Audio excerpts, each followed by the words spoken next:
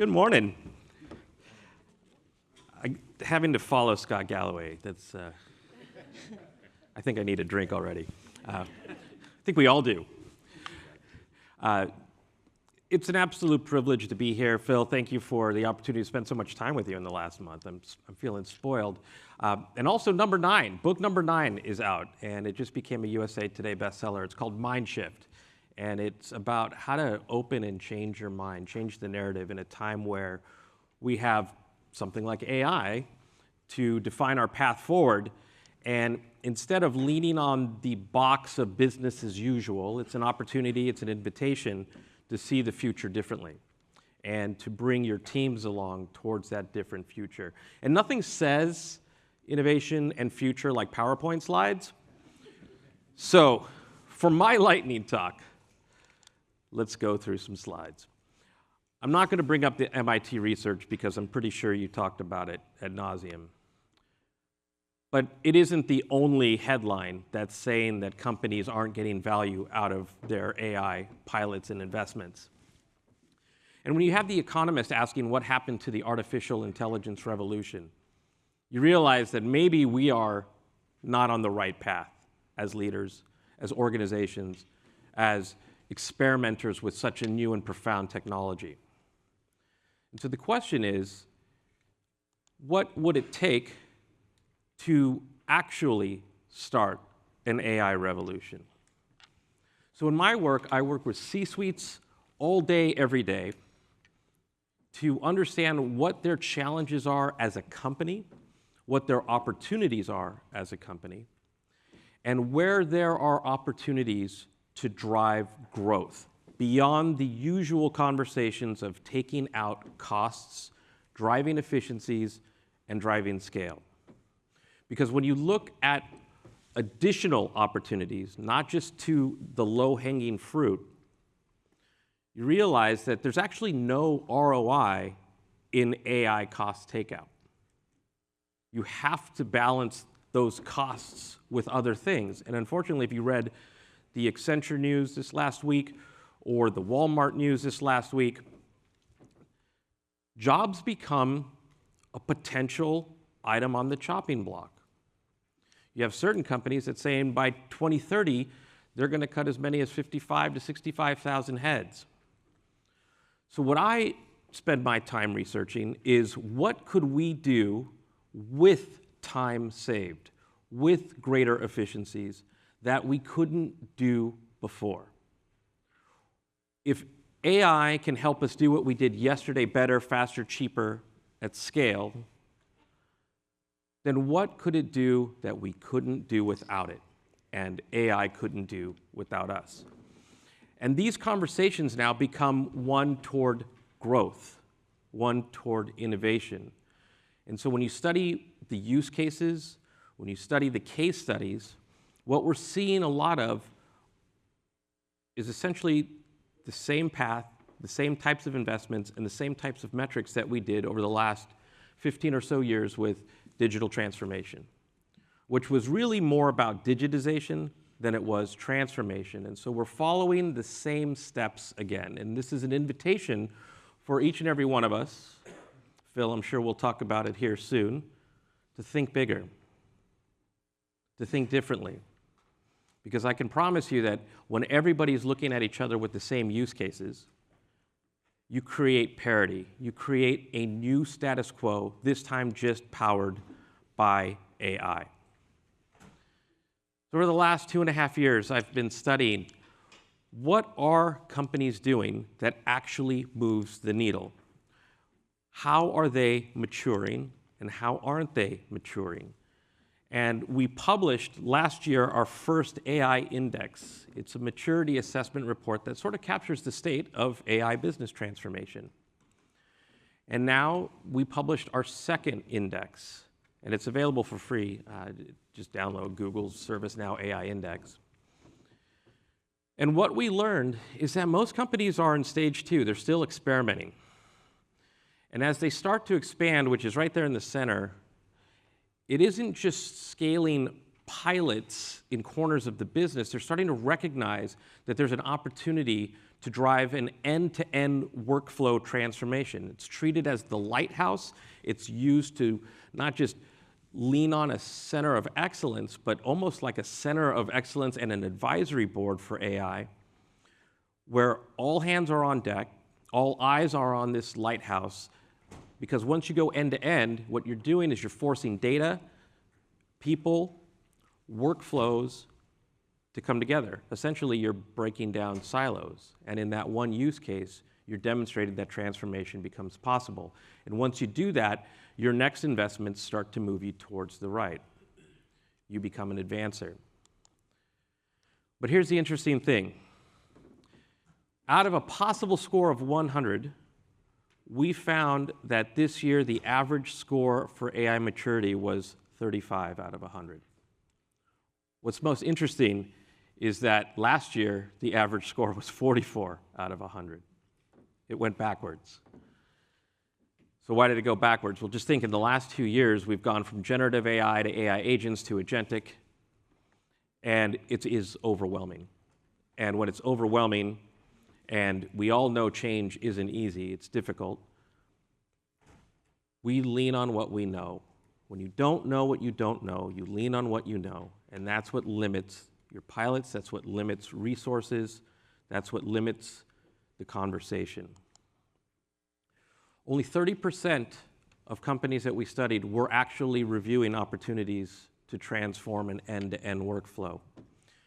And studies do show that out of all of the potential business measures, an end-to-end workflow transformation carries among the largest EBIT impacts for your company. And why? Because you're essentially saying, yes, we could modernize existing, or I should say we can modernize yesterday's work with AI, and that will create efficiencies.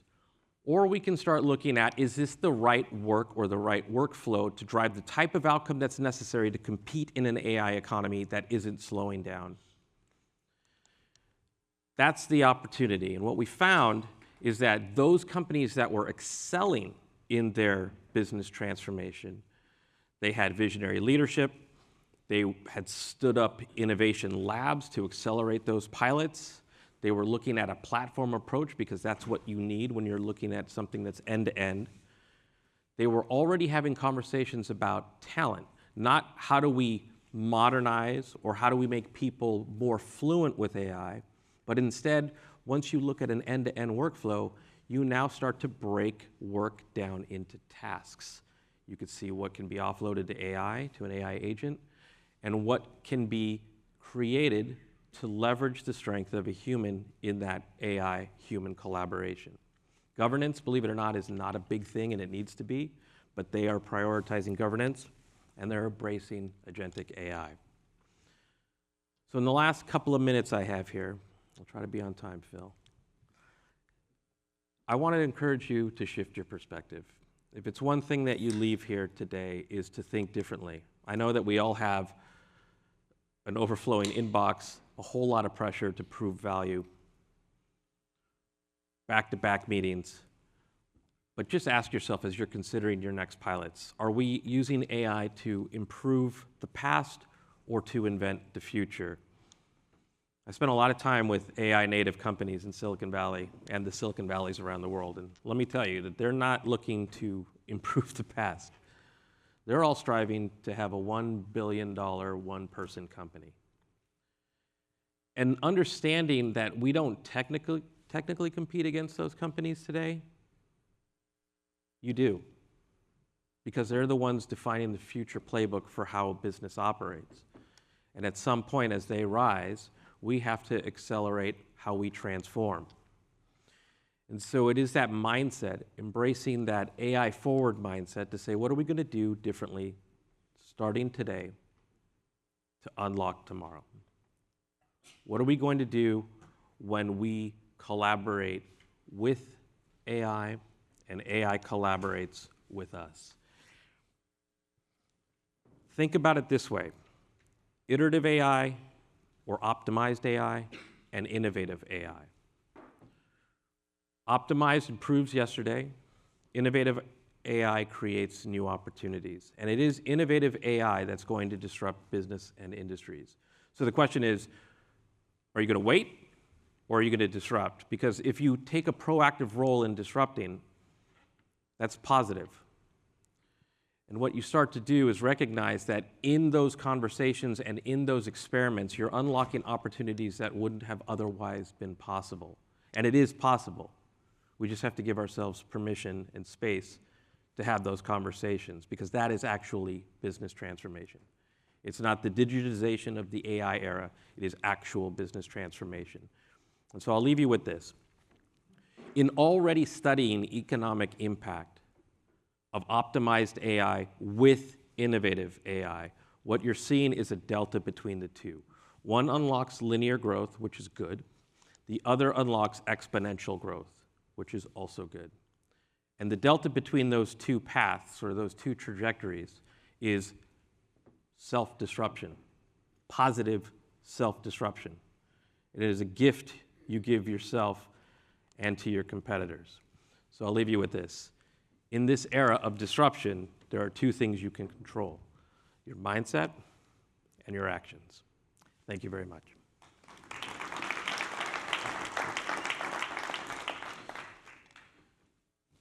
Terrific. Hey, Phil. Good. Finally get to meet you in person. We've done so many video calls and podcasts and things. You know, one thing we talked about yesterday a little bit, love your perspective on this, you know, we call something the AI velocity gap. So us as individuals are really empowering ourselves to do a lot better using all these tools around us. A lot of it for our personal lives, a lot of it to learn about health or tax advice or mine information, manage our thoughts, you know, all this sort of stuff. And then you go to work and you're still working with the same crappy old systems. The data's siloed here, there, stuck in SAP or Workday. And why can't you get procurement and HR to sit down together and say, why don't we figure out how to get our data working together? How do we actually get our enterprise using AI like we do as humans and get away from the committees and the, you know, the barriers? Because surely after a while, individuals who get very, very adept and powerful because of this are not going to want to work for companies that are still living in the dark ages. I'll tell you a funny story and then I'll answer your question. I've been around the block a few times. Let me tell you, like for a long time, that there was a point where I actually studied the impact of smartphones on business. And just to give you an idea of what Phil's talking about, I studied why millennials weren't joining legacy companies. At one point, I realized that there were two reasons. Number one, they couldn't apply for a job on their smartphone because the forms didn't work on mobile devices. And two, if they saw desktop phones in the office, that told them that the culture of the organization was old and stodgy. It's the same exact thing. It's just another revolution. We didn't really do much about the last one except updated forms so that they worked on mobile devices. But this is a different transformation. If your CEO is not talking to your CHRO or your CFO or your COO and empowering them to change their organizations by collaborating together, then you're not going to actually change. But the CEO doesn't know what they don't know. They know if you're publicly traded, they know that they have an obligation to the street and quarter-to-quarter performance and earnings increases, profitability, but that is a finite trajectory.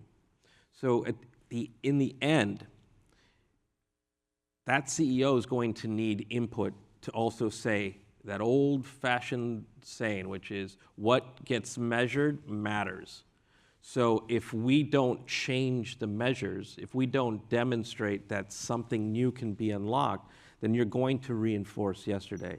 And that's really why we're not seeing those value returns on the investments in AI now.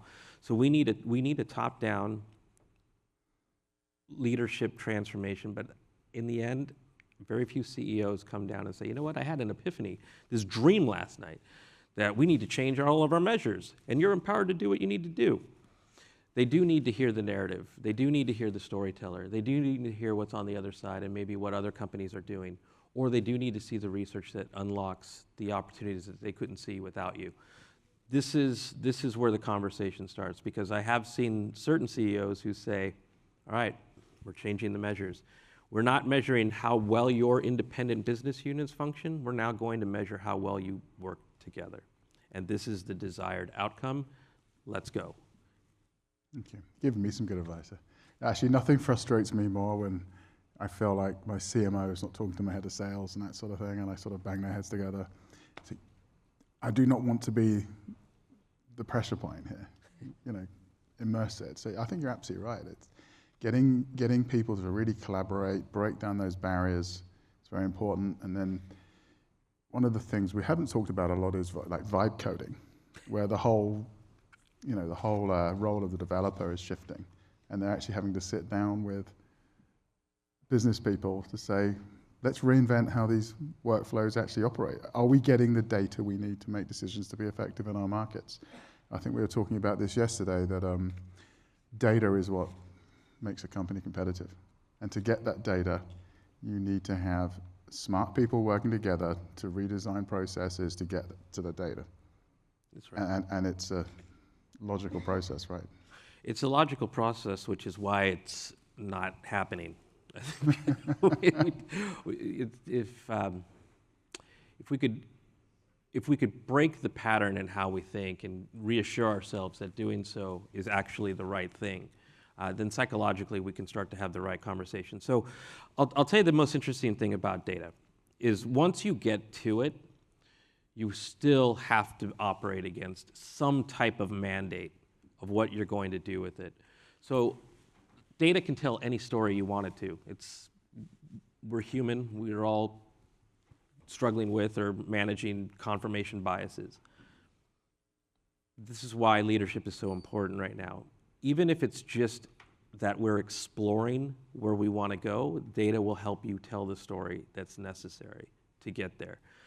Whether it's an employee experience, whether it's a customer experience, data is also the thing that's going to tell you how to connect the dots within the organization. It is the lifeblood of artificial intelligence, but it is just one part. It's data, it's workflows, and it's artificial intelligence driving towards an outcome. And what's that outcome? Right. What we did yesterday, or what's now possible with these three things together? Yeah. So ultimately, we had a very good comment yesterday, and I'm trying to remember who made it, was that they felt half of today's businesses are going to fail because they won't get over the AI hump.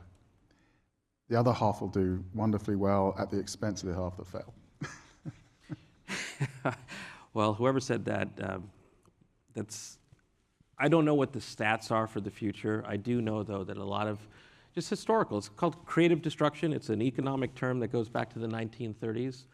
What's old makes way for what's new, and it's cyclical. But this accelerates that.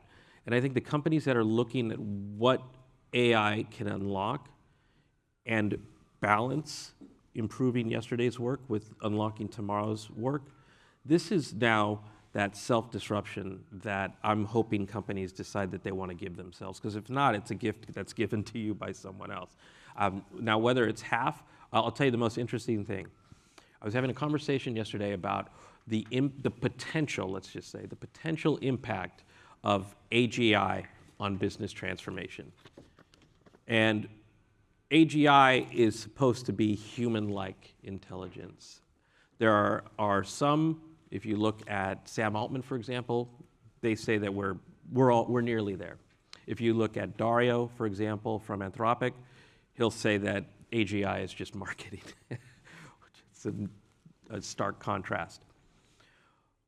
But the point of just even asking the question is to recognize that there are still several waves of generative AI that we haven't seen yet. Existing LLMs are starting to sort of reach their apex. What comes next is on the horizon, and what comes next is going to continue to change what we're doing today or what we're not doing today. So it's not at some point 50% of businesses fail and 50% succeed.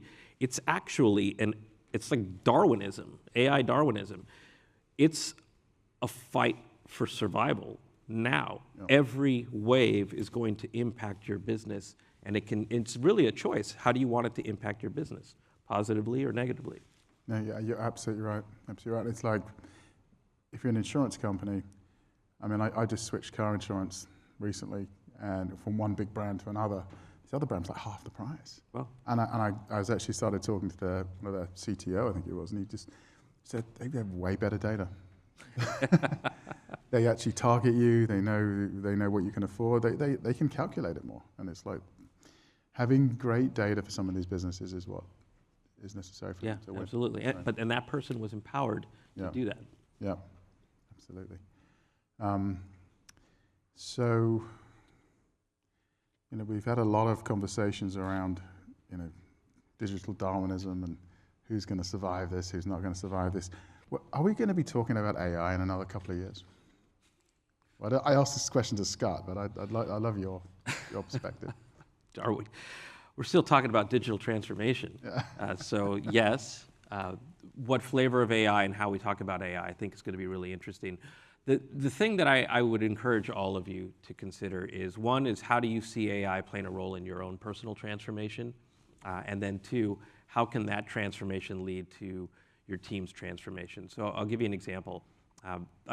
I've been having conversations with CHROs quite a bit because all my work, not just being a futurist, but also a digital anthropologist, all my work has been focused on how technology also impacts us as human beings. And the most interesting thing that I've been finding lately is that we'll say things like we have to automate jobs, we have agents who are going to take on certain tasks, we have potential headcount issues as we look at take out costs. But I'd like to share an example like what we talked about recently, which was that IKEA story, which was when they introduced their customer service chatbot, it was intended to service first round deflection. And it was so effective that it actually deflected 47% of engagements. And you could have a conversation at that point that says, well, there's a lot of human beings we don't need anymore. And if we're going to show some ROI on our AI investment, we can take that cost back with those heads. But I think the conversation to have now is to say, well, what about the other 53%, which is what they did? Why couldn't AI solve those engagements? And what they found was that there was a lot of inbounds asking about interior design. One of the most fascinating things that's happened over the last 5 years is that it started with the pandemic, but it continues now with tech and AI at the consumer level, is that we're becoming digital introverts. And so their big box come to our store value proposition is shifting. People don't want to come in. They want to talk to someone online, or they want to engage with AI. But the point is that they wanted interior design assistance without going into the store. So they created a pilot where they reskilled agents and created a stand-up business for interior design consulting. And in the first year, those reskilled employees generated 1 billion net new income in euro. So the point is, you could reduce costs, you can drive growth, but as a CHRO, you have to now start thinking about what's that IKEA in your organization today, so that employees feel like there's a path for them to move forward, that we're not just saying that AI is going to improve your productivity, we're going to say, and here's what we're going to do with the time saved that's different, and here's your role in transforming that business. Very interesting. So I found out there's been a real surge in sales of those screen visibility protectors you put on your iPad or your laptop. Because apparently a lot of people now, they're developing such personal relationships with their AI. They don't want other people watching what they're doing.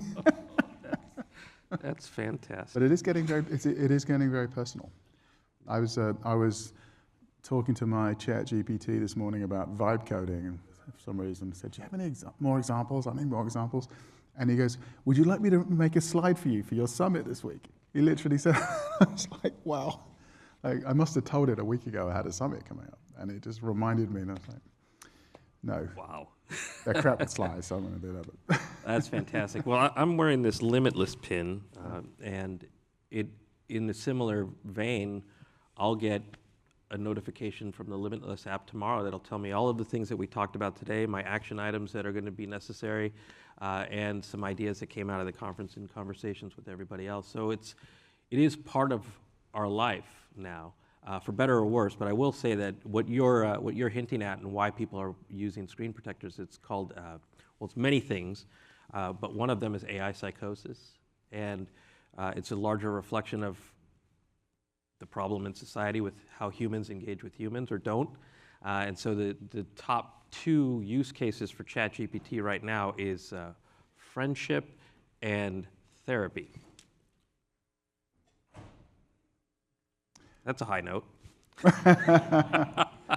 Oh, I've seen it all, don't worry about that. Well, anyway, this has been wonderful. Really enjoyed this. Are we at break time now, or do we have another? We are at break. We are at break, so I Thank really you, everybody. appreciate it.